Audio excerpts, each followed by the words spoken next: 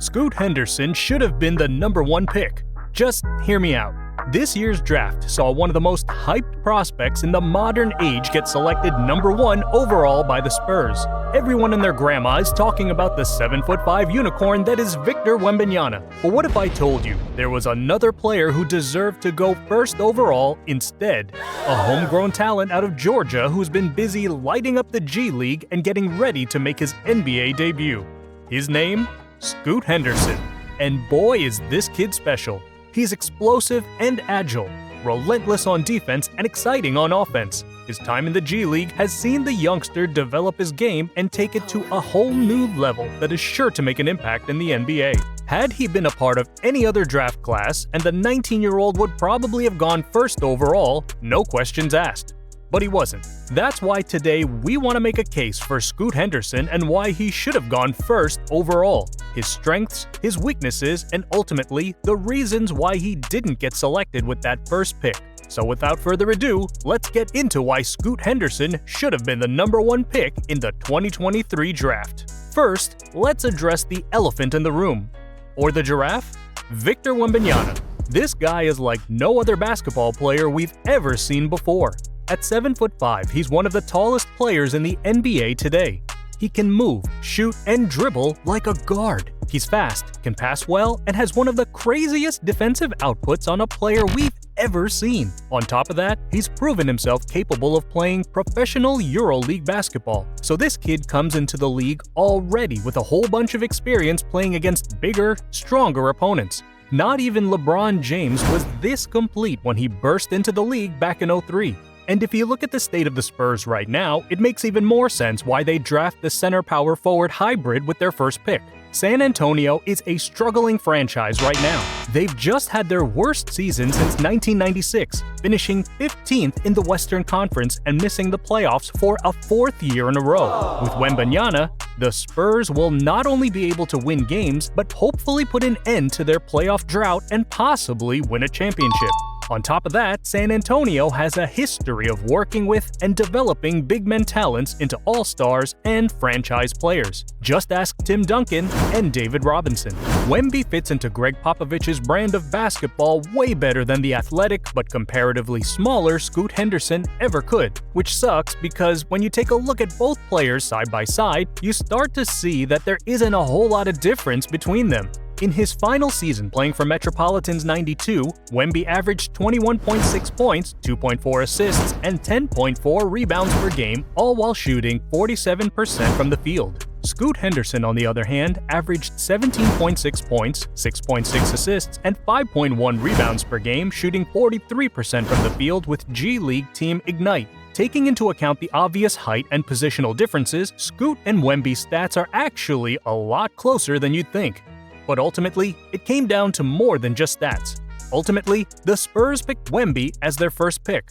So, okay, Wemby had to go first. That's a given. No franchise in the league was going to pass over the Frenchman. His rare combination of size and ability make him one of the most unique players ever to declare for the draft, and the Spurs know this. Hell, even Michael Jordan was chosen right behind big man Hakeem Olajuwon.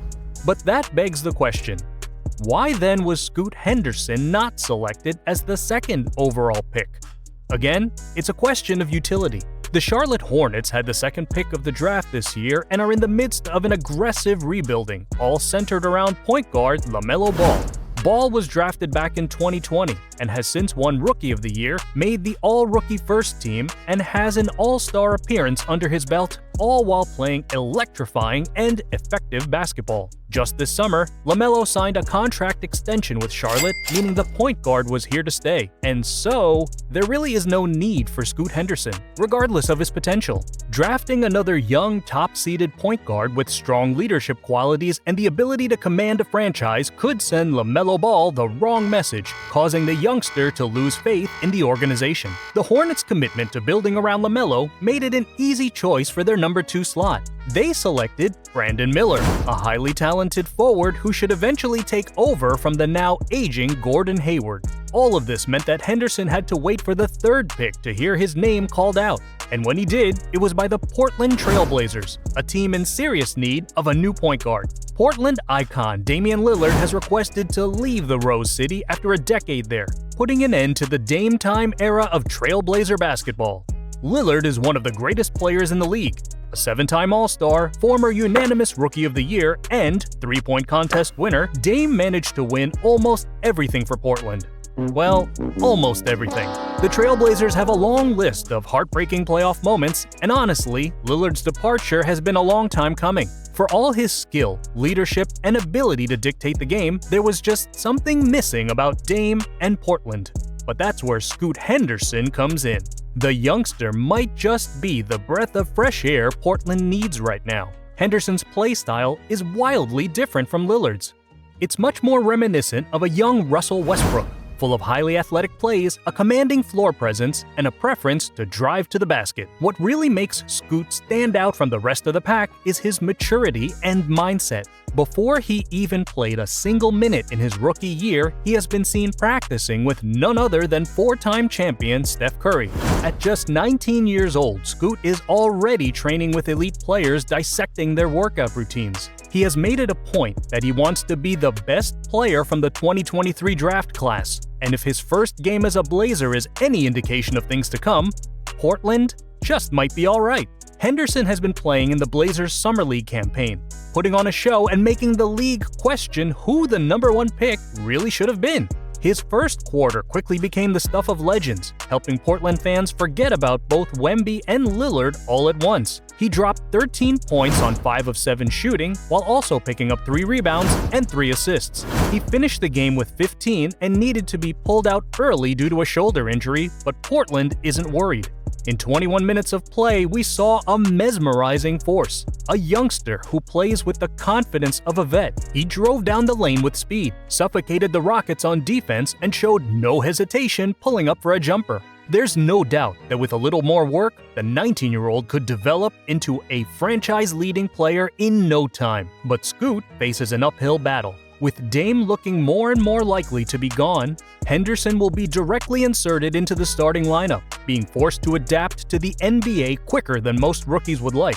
Without the coaching of an experienced point guard like Lillard, Henderson might feel inclined to take more risks, both with his play and his body. Injury risks, knocks to his confidence, and a lack of faith from the organization are all possibilities if Henderson can't find form quickly enough in Portland.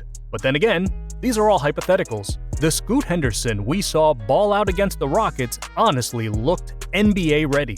And besides, Scoot is already very familiar with adversity. This is the guy who, despite receiving college offers from D1 programs like Ole Miss, Florida, and Georgia, decided to take his talents to the G League and test himself against other pros fresh out of high school. This is a guy who, when he was still playing AAU basketball, he would bring his birth certificate around with him as proof of age because his body frame looked like he was a seasoned linebacker. This is a guy who's faced off against Victor Wembenyama before and battled it out with the generational talent, putting up 28 points and 9 assists in an Ignite victory over the French side.